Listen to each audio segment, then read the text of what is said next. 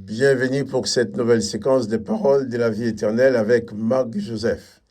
Nous sommes aujourd'hui le 16 septembre 2023, encore un jour de grâce avec Jésus-Christ.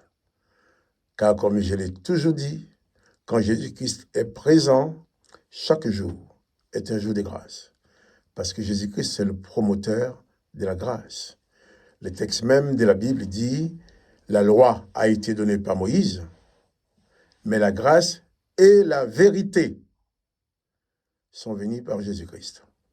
Donc, si Jésus-Christ t'accompagne, c'est pour toi un jour de grâce. Et l'important, c'est que Jésus-Christ l'a promis en disant, « Je suis avec toi tous les jours jusqu'à la fin du monde. » Chaque jour qui se lève, tu ne dois jamais oublier que Jésus-Christ est avec toi selon sa promesse.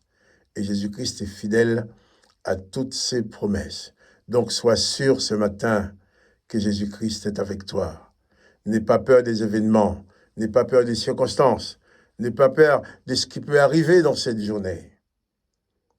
Seulement avance avec ta foi bien attachée à Jésus-Christ qui est avec toi. Il va conduire ta journée. Et c'est pour toi une journée de bénédiction. Non seulement Jésus-Christ l'a dit, mais moi aussi je proclame que cette journée pour toi est une journée de bénédiction, une journée de réussite. Je ne connais pas les difficultés que tu vas rencontrer, mais je connais une chose, c'est que Jésus-Christ dit clairement qu'il est avec toi pendant cette journée du 16 septembre 2023.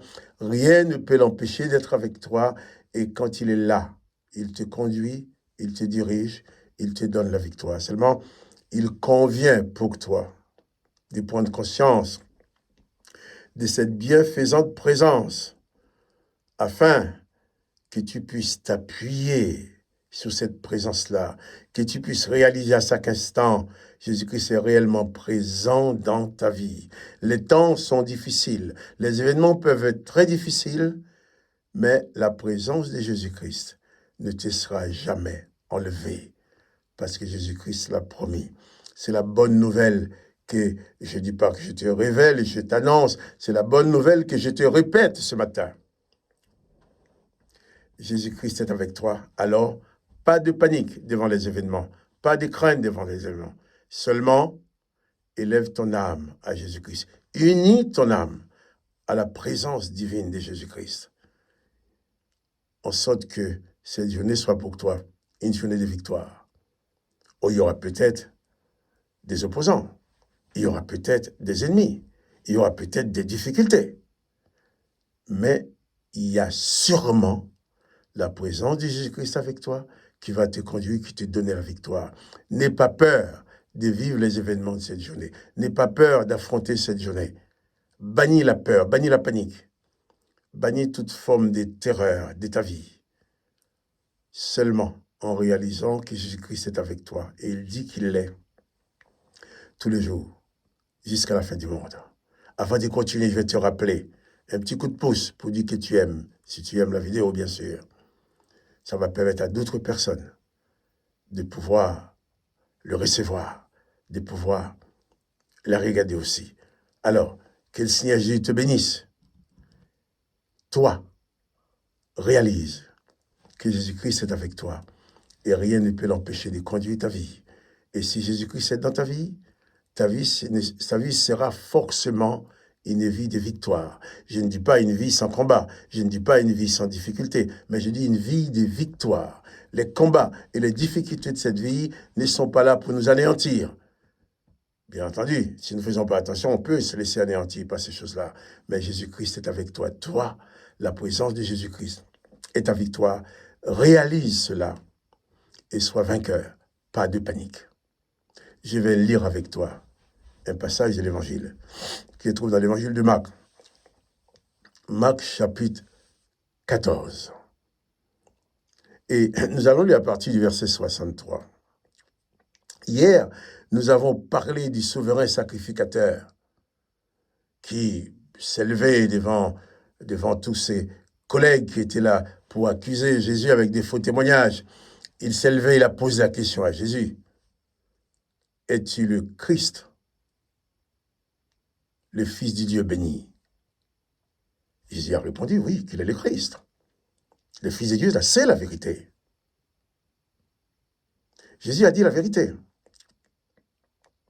Et face à cette vérité, il nous dit que les souverains sacrificateurs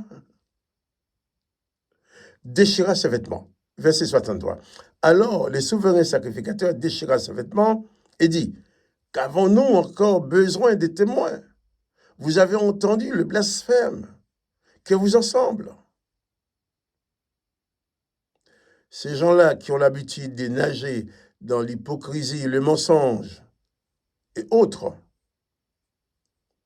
quand Jésus leur dit la vérité, le souverain sacrificateur a perdu pied, il a perdu les pédales, il a perdu ses moyens, au point de faire quelque chose qu'il n'avait jamais le droit de faire par rapport à sa propre loi, par rapport à la loi de l'Éternel, par rapport aux ordonnances de l'Éternel. Le souverain sacrificateur va faire quelque chose qu'il n'a pas le droit de faire. Et je vais vous dire cette chose-là. Il nous dit que le souverain sacrificateur déchira ses vêtements. C'est que lui, face à la vérité de Jésus, lui, souverain sacrificateur, a perdu la tête. Il a perdu ses moyens, au point de faire quelque chose qui lui coûtera cher, quelque chose qu'il n'a pas le droit de faire. Déchirer ses vêtements. Car il est écrit dans la Torah que les souverains sacrificateurs ne doivent jamais déchirer ses vêtements. Quand il déchire ses vêtements, il déchire sa sacrificature. Officiellement, dès qu'il avait déchiré ses vêtements, il n'était plus souverain sacrificateur. C'est écrit, et ça tu peux le lire, n'importe qui peut le lire, dans le livre de Lévitique, chapitre 21, verset 10, il est écrit, je vais le lire, il est écrit que les sacrificateurs qui a la supériorité sur ses frères, sur la tête duquel a été répandue l'huile, l'onction, et qui a été consacré et revêtu des vêtements sacrés, ne découvrira point sa tête et ne déchirera point ses vêtements. Le souverain sacrificateur connaissait certainement ces textes. Mais là, il a perdu la tête, il a perdu les pédales.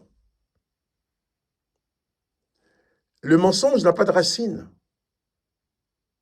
On peut mentir pendant des jours, des mois, des semaines, voire même des années, mais un jour, on perd pied, on perd les pédales, quoi. On ne sait plus où on en est. Parce que le mensonge n'a pas de repère. Quand on ment, on est obligé d'inventer un autre mensonge pour justifier que ce mensonge-là, pour justifier le premier mensonge, en disant que c'est la vérité. Le souverain sacrificateur, qui connaît bien les lois et les ordonnances de l'Éternel, son Dieu, qui dit qu'en tant que sacrificateur, il ne doit pas déchirer ses vêtements. Il l'a fait. Et à partir de ce moment-là, dans la présence de Jésus, même si cet homme était sacrificateur de l'Éternel, même pour l'Éternel, il n'était plus sacrificateur parce qu'il avait déchiré sa sacrificature. Et il déchire ses vêtements en disant, qu'avons-nous encore besoin? Vous avez entendu le blasphème? Le blasphème. Dans ces dimensions-là, ces savants serviteurs de l'Éternel ont pu appeler le mensonge. Ils font des faux témoignages. Et puis quand Jésus dit la vérité, ils appellent la vérité de Jésus-Christ blasphème. Mais eux, leurs faux témoignages, ils ne les appellent pas blasphème, parce qu'ils sont là pour ça. Il fallait qu'ils accusent Jésus et trouver le moyen de les tuer. Et Jésus dit, eh bien oui, il est le Fils de Dieu.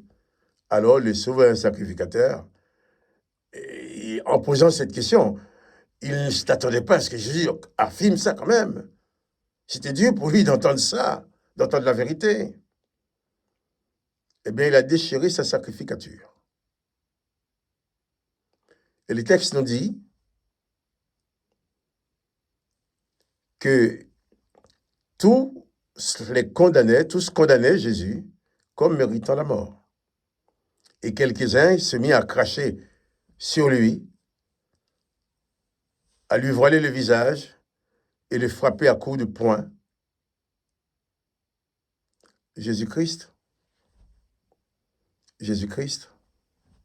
dit la vérité. Dans le monde d'aujourd'hui, il y a beaucoup de gens aussi qui veulent tuer la vérité. Ce monde-là, ce monde de l'Éternel n'a pas été pourvu avec la vérité.